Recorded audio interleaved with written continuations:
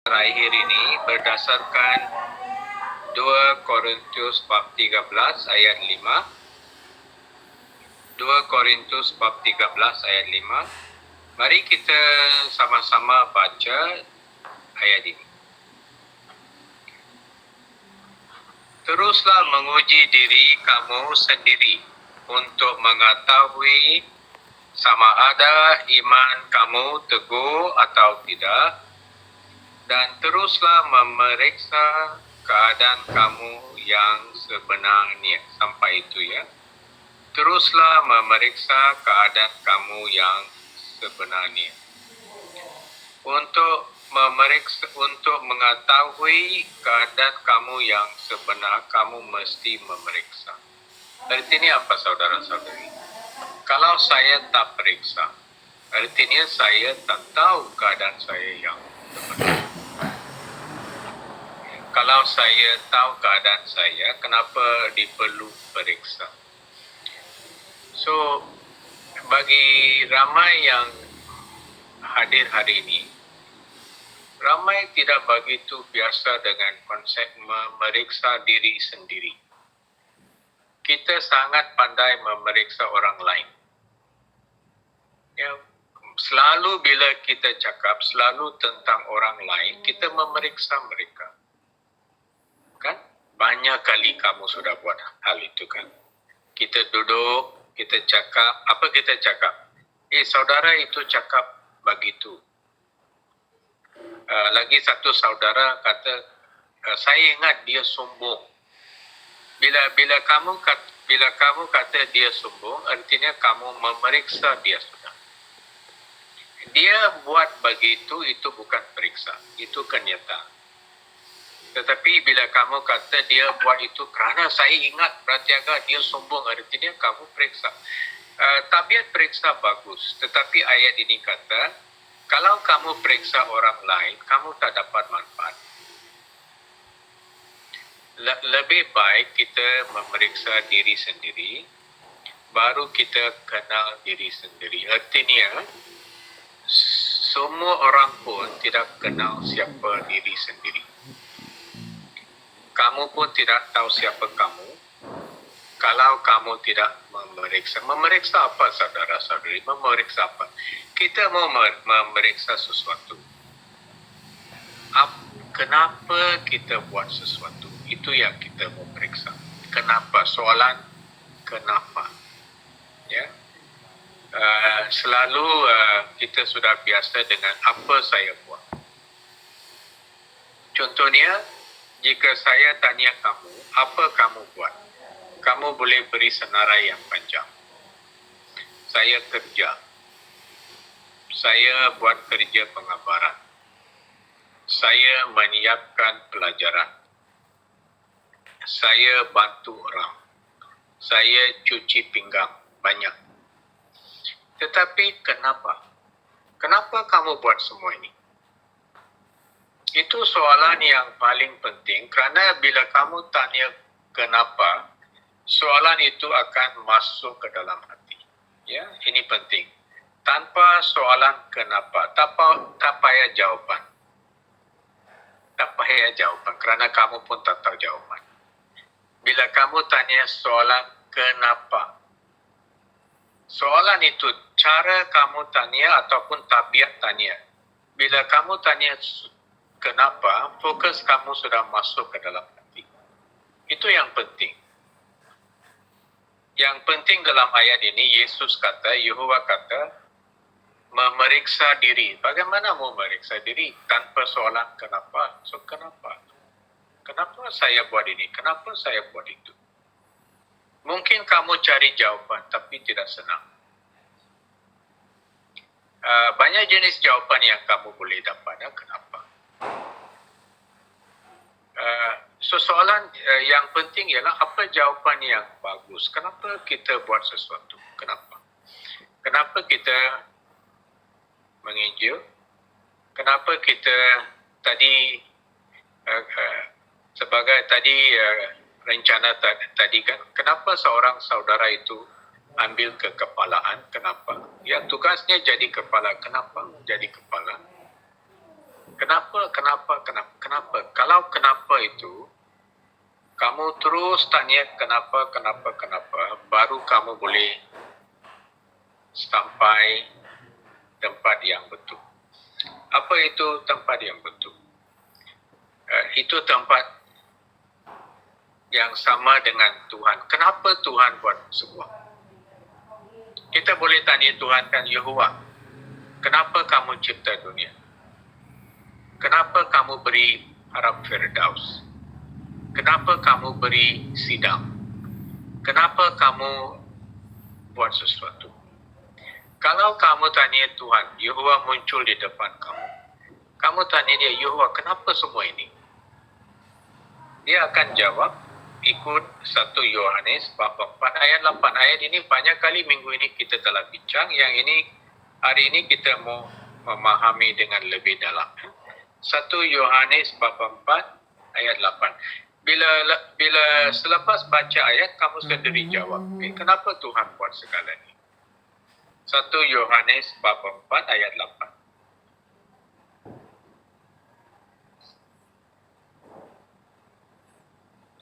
Sesiapa yang tidak mempunyai kasih belum lagi mengenal Tuhan. Kerana Tuhan itu kasih. Kamu sendiri jawab saudara, kenapa Tuhan cipta dunia? Kerana Tuhan itu kasih. Kenapa dia beri sidang? Kerana dia pengasih. Kenapa dia akan membinasakan orang jahat? Kerana dia kasih. Kenapa dia bawa dunia baru? Kerana dia kasih. Dia kasih kamu. Segala yang Tuhan buat bukan untuk diri sendiri, tetapi oleh kerana kasih. Dia kasih segalanya. Bolehkah kamu pun sampai jawapan yang sama? Segala saya buat ialah kerana kasih. Jika kamu kata ya, jangan tertipu ya, kerana senang kita cakap ya. Tapi yang beri jawapan tak boleh minda. Jangan biar minda beri jawapan. Minda selalu bohong. Yang mesti beri jawapan ialah hati kamu. Tengok hati. Bila kamu tanya soalan kenapa, jangan ikut minda. Minda pandai bohong. Ikut hati. Hati tak bohong. Ya, hati tak bohong. Kenapa saya buat begitu? Dan selalu memeriksa hati sampai kamu pun sampai ke tempat itu yang kamu semua buat kerana kasih. Semua pendengar ceramah ini kita pasti berhimpun ya. Sekarang kita sedang berhimpun. Saya tanya kamu, kenapa kamu himpun? Cuba tengok ayat, tengok hati, kenapa saya himpun? Dan kamu pun akan sedar ada pelbagai sebab kita himpun. Kalau kamu tidak berhati-hati, kamu boleh berhimpun kerana itu satu tabiat. Saksi itu mesti berhimpun, kan sudah satu tabiat. Kalau tak berhimpun, kamu rasa serba salah. So, apa yang buat kamu berhimpun? Perasaan serba salah. Itu bukan kasih. Ada orang yang berhimpun kerana perasaan serba salah. Itu bukan kasih. Kasih itu tiada serba salah. Cuba merenung, kenapa saya berhimpun? Kerana saya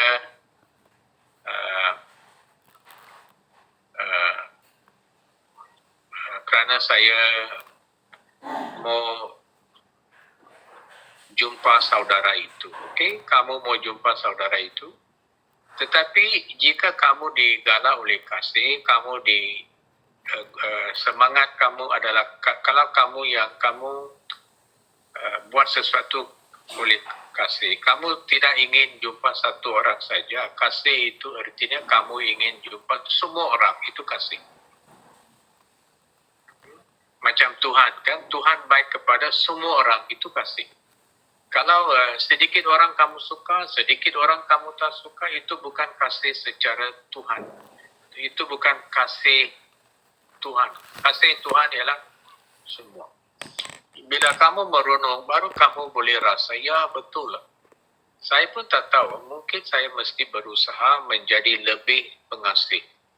Hati saya mesti penuh dengan kasih. Bila hati saya penuh dengan kasih, tiada tempat bagi sifat-sifat lainnya.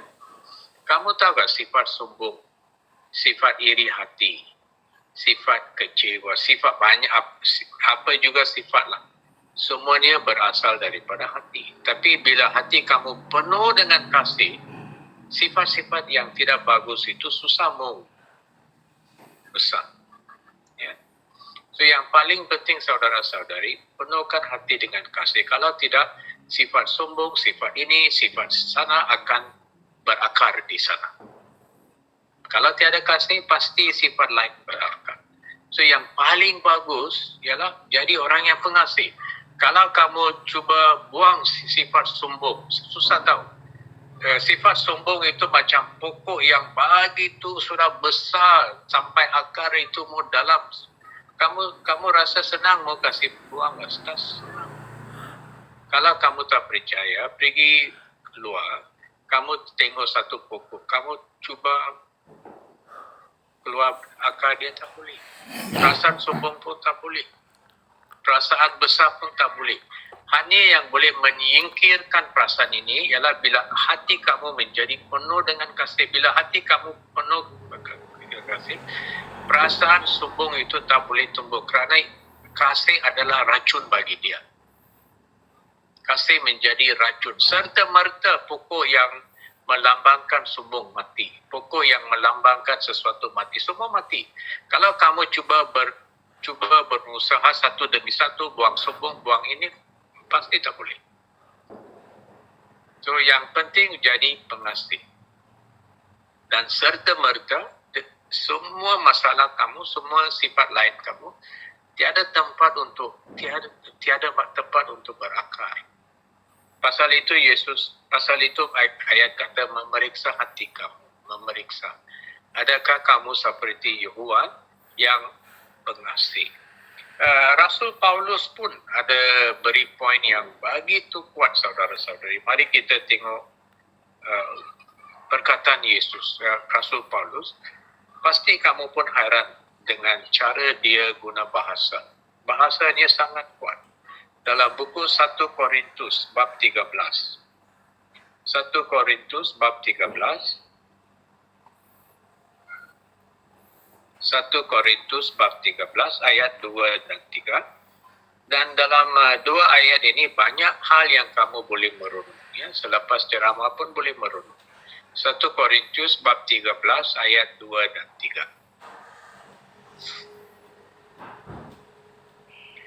Meskipun aku diberi kurnia untuk bernubuat dan memahami semua rahsia suci serta memiliki segala ilmu pengetahuan, dan meskipun aku mempunyai iman yang begitu kukuh sehingga dapat mengalihkan gunung, tetapi jika aku tidak mempunyai kasih, usahaku sia-sia sahaja. Meskipun aku menggunakan semua harta milikku untuk menjaga orang lain, dan meskipun aku menyerahkan tubuhku sebagai korban supaya aku boleh berbangga, tetapi jika aku tidak mempunyai kasih, aku tidak akan mendapat apa-apa faedah. Apa beza di antara ayat 2 dan 3? Ayat 2 adalah tentang perkataan-perkataan. Ayat 2 adalah tentang perkara seperti iman, pengetahuan. Ayat 3 adalah tentang pertindakan. Tengok ayat 2. Ayat 2 kata, walaupun saya memahami semua rahsia, ataupun dalam zaman moden, walaupun saya pandai Bible, walaupun Iman saya kukuh. Iman kukuh artinya apa? Iman kukuh. Mungkin kamu kata, Pratiaga, saya iman kukuh. Bagaimana saya tahu? Bagaimana, kenapa kamu kata iman kukuh? Saya sedia mati untuk Tuhan. Itu iman kukuh. Kamu tahukah? Ramai sedia mati untuk Tuhan. Itu iman yang kukuh. Tetapi Bible kata, iman yang kukuh itu tak cukup. Mesti disertai dengan kasih. Kalau tidak, tengok bahagian 2, bahagian terakhir ayat 2, usaha kamu sia-sia saja. Lepas ini kita akan bincang apa itu sia-sia saja. Tapi tengok ayat 3. Ayat 3 adalah satu orang yang buat banyak hal. Apa dia buat? Dia menjaga orang lain. Dia guna duit untuk menjaga orang lain. Mungkin kamu rasa, orang yang guna duit untuk jaga orang lain mesti baguslah. Dan apalagi dia kata dia menyerahkan tubuh dia untuk korban. Dia sedia mati untuk orang lain. Mesti baguslah. Tetapi apa sebab dia sedia mati? Ayat 3 kata kerana dia berbangga. Kamu boleh mati untuk seseorang oleh kerana rasa bangga atau oleh kerana rasa kasih. Tidak sama tak? Jangan fikir mati itu mati artinya kasih. Tidak. Orang boleh mati kerana bangga. Dan itu tidak memberi manfaat. Macam banyak orang dalam peperangan kan, bila ada peperangan, semua orang pun sedia mati kerana dia bangga tentang negara. Bukan kasih manusia, dia bangga. Dalam di antara saksi pun, di antara kita pun, kalau kamu tak berhati-hati, mungkin kamu sedia untuk mati. Itu yang kita tidak kata tidak. Tetapi kenapa kamu sedia? Selalu rasa saya sedia bukan kerana saya mau bangga, kerana saksi itu mesti buat demikian. Tidak. Saya sedia mati kerana saya kasih kepada Tuhan. Kalau tidak, ayat itu kata, tengok bahagian akhir, kamu tidak akan dapat apa-apa faedah. Kalau kamu buat sesuatu tanpa kasih, kamu tak dapat faedah. Saya beri contoh saya sendiri ya. Saya beri ceramah. Kamu berfaedah. Kenapa kamu berfaedah? Kerana saya buka Bible dan ajak kamu berfaedah. Jika saya tidak mempunyai kasih, saya tak berfaedah. Kamu yang berfaedah. Kenapa? Mungkin semasa saya beri ceramah, saya tengok muka kamu kan, saya rasa kamu semua orang bodoh. Saya tengok dalam Zoom, ini orang bodoh, itu orang bodoh, itu orang bodoh, itu orang bodoh, itu orang bodoh. Perasaan bangga. Kamu berfaedah kerana ceramah bagus, tapi saya tak faedah. Lepas ceramah saya lagi sombong sudah. Setiap ceramah jadi saya gemuk dari segi sombong. Gemuk. Senang berlaku saudara-saudari, senang berlaku. Dan jika saya buat demikian, beri ceramah itu tidak bantu saya tahu, buat saya lebih teruk kerana saya rasa lebih sombong. Dan ini akan bahayakan saya. Saya tidak akan rasa sukacita kan. Mungkin kamu kata ceramah bagus, tapi saya tak. Kalau satu hari orang tidak menerima ceramah, mungkin saya rasa kecewa sudah. Kalau saya buat kerana kasih, kamu manfaat, saya pun manfaat. So, sama dengan kerja penyiaran. Kalau kamu menyiar, bila kamu pergi preaching, jika kamu buat kerja ini penyebaran, kerana kamu mau rasa happy, kamu rasa ini satu pencapaian. Kerja penyiaran adalah pencapaian. Saya sangat happy hari ini 12 jam, 13 saya happy. Ini bahaya tahu.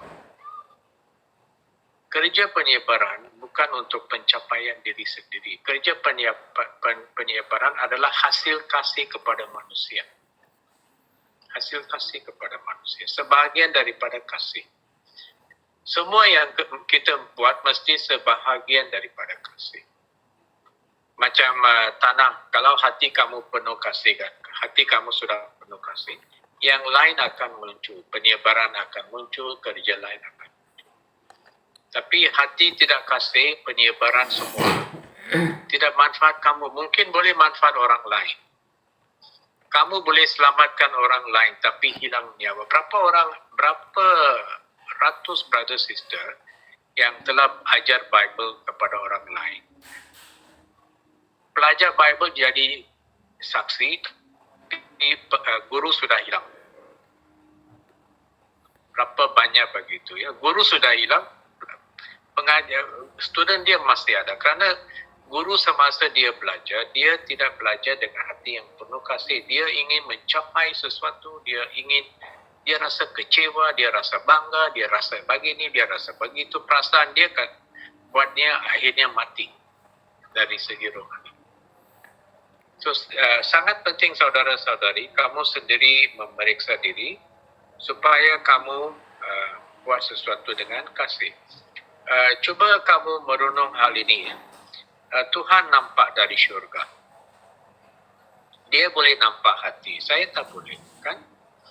Bila saya nampak kamu, saya hanya boleh dengar jawapan kamu. Tapi saya langsung tak tahu kenapa kamu jawab. Saya tak tahu. Saya boleh teka saja. Tapi saya tak tahu. Tuhan tahu kan? Tuhan tahu. Bagi saya, bagi sebagai manusia, bila kamu beri komen yang paling baik, mungkin menyentuh hati saya. Kamu beri komen yang bagus, menyentuh hati saya. Saya cakap terima kasih. Kerana saya dengar isi saja. Tapi Tuhan tak dengar isi.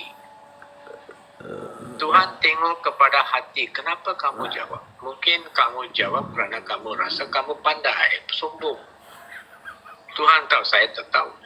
Mungkin saya kata komen kamu bagus, tapi Jehovah kata lain kali kamu jangan komen. Lain. Kerana Tuhan tengok hati, kita tengok mulut. Pasal itu saudara-saudari, kamu mesti memeriksa diri. Bila saudara-saudari kata sesuatu, buat sesuatu, jangan menghakimkan mereka ya. Kita tidak tahu sama ada mereka buat sesuatu kerana kasih. Kamu tahu tak ada saudara-saudari mungkin cara dia cakap tak bagus. Dia tak manis. Perkataannya tak manis. Kan? Dia cakap secara kasar. Tapi mungkin hati dia penuh dengan kasih. Betul? Ada brother sister yang cakap manis tetapi hatinya busuk. So bagi kamu, jangan besarkan sama ada cara dia cakap itu kasar atau manis. Jangan begitu. Kalau kamu seorang yang hanya terpikat kepada orang yang cakap manis, tak suka orang yang tak cakap manis, ayat itu kata, periksa hati kamu. Kenapa kamu begitu? Kenapa kamu hanya suka orang yang cakap manis? Mungkin kamu pun sudah salah tahu. Kamu tidak faham isi kandungan tak penting. Kenapa dia buat sesuatu itu penting. So, kamu jangan hakim orang. Oh, orang ini tak pandai cakap, artinya dia tak bagus. Tidak. Orang ini pandai cakap, artinya dia bagus. Jangan. Kerana kita tidak tahu kenapa. Lagi baik kita tidak hakim mana-mana orang. Terima saja. Orang yang cakap manis, kita terima. Orang yang tak cakap pun, tak tahu cakap manis pun, kita terima. Kita tak mau hakim. Biar Tuhan yang hakim. Kenapa dia buat sesuatu. Ya? Kamu jangan kalau kamu merenung ini, kamu akan hilang tabiat pandang orang tinggi atau pandang orang rendah. Ya, kamu akan hilang tabiat itu. Sebagai manusia, kita selalu suka tengok orang yang tinggi. Orang yang rendah, kita pandang rendah. Itu tabiat yang buruk. Kerana Tuhan hanya tengok kasih. Orang yang tinggi, mana ada tinggi? Mungkin dia punya tanggungjawab lain, tetapi dia ada kasih kan? Itu yang penting. Orang yang tidak begitu tinggi, yang penting adalah kasih. So, kamu tidak beza kan? Kamu rasa kalau kamu buat dengan kasih, bagus. So, kamu hilang tabiat manusia yang selalu tertarik kepada orang yang ada pangkat, ada orang yang kaya. Dan kamu pun berhenti berusaha untuk buat sesuatu kerana kamu mau orang hormat, kamu buang semua ini saudara-saudari. Kalau kamu buat begitu, cuba merenung, ini menunjukkan hati saya. Kenapa saya buat? Ini menunjukkan saya mesti memeriksa diri. Saya belum maju lagi. Maju artinya kasih, saudara. Maju artinya kasih. So, lain kali, jangan berniat jadi ini, jadi itu ya. Jangan kata, apa tujuan kamu? Saya mau pergi, saya mau jadi penetua. Jangan. Kamu mesti kata, saya ingin jadi penetua yang pengasih. Apa tujuan kamu? Jangan kata saya mau jadi perintis. Jangan kata kamu mesti jadi perintis yang pengasih. Tanpa perkataan pengasih, tidak lengkap tahu. Bila kamu ajar Bible, mungkin pelajar Bible kata, saya mau baptis. Kamu mesti kata, kamu bagus kamu baptis, tapi tentukan hati kamu penuh dengan kasih. Kita tidak mau orang baptis, tetapi kita mau orang yang baptis, hatinya sudah ada kasih. Kalau kamu boleh bantu pelajar Bible, bantu diri sendiri ya, yang penting. So sekarang cuba merenung lebih lah. Kalau hati kamu penuh dengan kasih, artinya kamu telah mencapai apa yang Tuhan minta ya. Kalau rumah kamu kecil tetapi hati penuh dengan kasih, artinya kamu sudah sampai. Kalau rumah besar hati tak kasih, tidak sampai. Kalau penetua hati penuh dengan kasih, sudah sampai. Kalau tidak belum sampai. Kalau kamu tidak sampai kasih, artinya kamu belum sampai lagi. Jadi penyelialita, kalau tiada kasih, artinya belum sampai. So itu tak perlu naik. Hanya jadi kasih. Yang lain kita buat kerana kasih. Bukan kita perlukan itu. Kita kasih, kita senang buat. So yang ayat yang kita bincang 1 Yohanes bab 4 ayat 8 paling penting ya. Cuba merenung. Tuhan itu kasih ya. Kamu tahu kan Tuhan itu kasih artinya sama arti tahu. Kamu tahu sama arti? Sama arti. Tuhan dan kasih sama arti. Bukan Tuhan mempunyai kasih. Tuhan adalah sama dengan kasih. Sama arti. So, kamu tidak boleh salah menjadi orang yang kasih. So, apa yang kita berniat ialah waktu kita kerja buat, tentukan kenapa kamu buat ini. Dan biar kamu maju sampai satu hari kamu buat, saya buat ini kerana saya kasih. Itulah cara pemikiran. Ceramah ini bantu kita tukar cara kita fikir ya. Selalu jangan mencapai sesuatu, selalu kata kenapa saya mau buat ini. Dan sedikit demi sedikit kita boleh maju menjadi seperti Yesus. So sebagai penutup saudara-saudari, marilah kita terus mempunyai tabiat memeriksa keadaan kami yang sebenar. Itu tajuk ceramah. Keadaan kami yang sebenar. Ayat itu kata sebenar, artinya kamu pun tak tahu. So mesti terus memeriksa sampai kamu sedar kamu buat sesuatu kerana kasih. Jangan rehat sampai itu. Kalau kamu sudah sampai ke tempat kasih, hidup kamu pasti sangat sukacita. Terima kasih saudara-saudari. Inilah ceramah terakhir bagi minggu ini. Besok ada kerja penyebaran juga pukul 10 boleh berhimpun. Saya dan saudari Sylvie sangat gembira dengan kamu. Kami telah melawat kamu 4 tahun dan ini adalah kali terakhir. Terima kasih semua sokongan dan contoh baik. Sidang Melaka sangat bagus, sikap kamu, semangat kamu, banyak kasih. Teruskan menunjukkan kasih, bantu dan selalu sukacita dalam kerja Tuhan. Terima kasih segala sokongan dan minggu depan dan seterusnya saya dan saudari Selvi akan melawat banyak lagi sidang di Malaysia dan di Singapura. Adakah kamu ingin hantar kasih kamu kepada mereka semua? Okey, terima kasih. Sekarang kita tutup dengan doa. Sebelum kita tutup dengan doa, mari kita nyanyi lagu terakhir.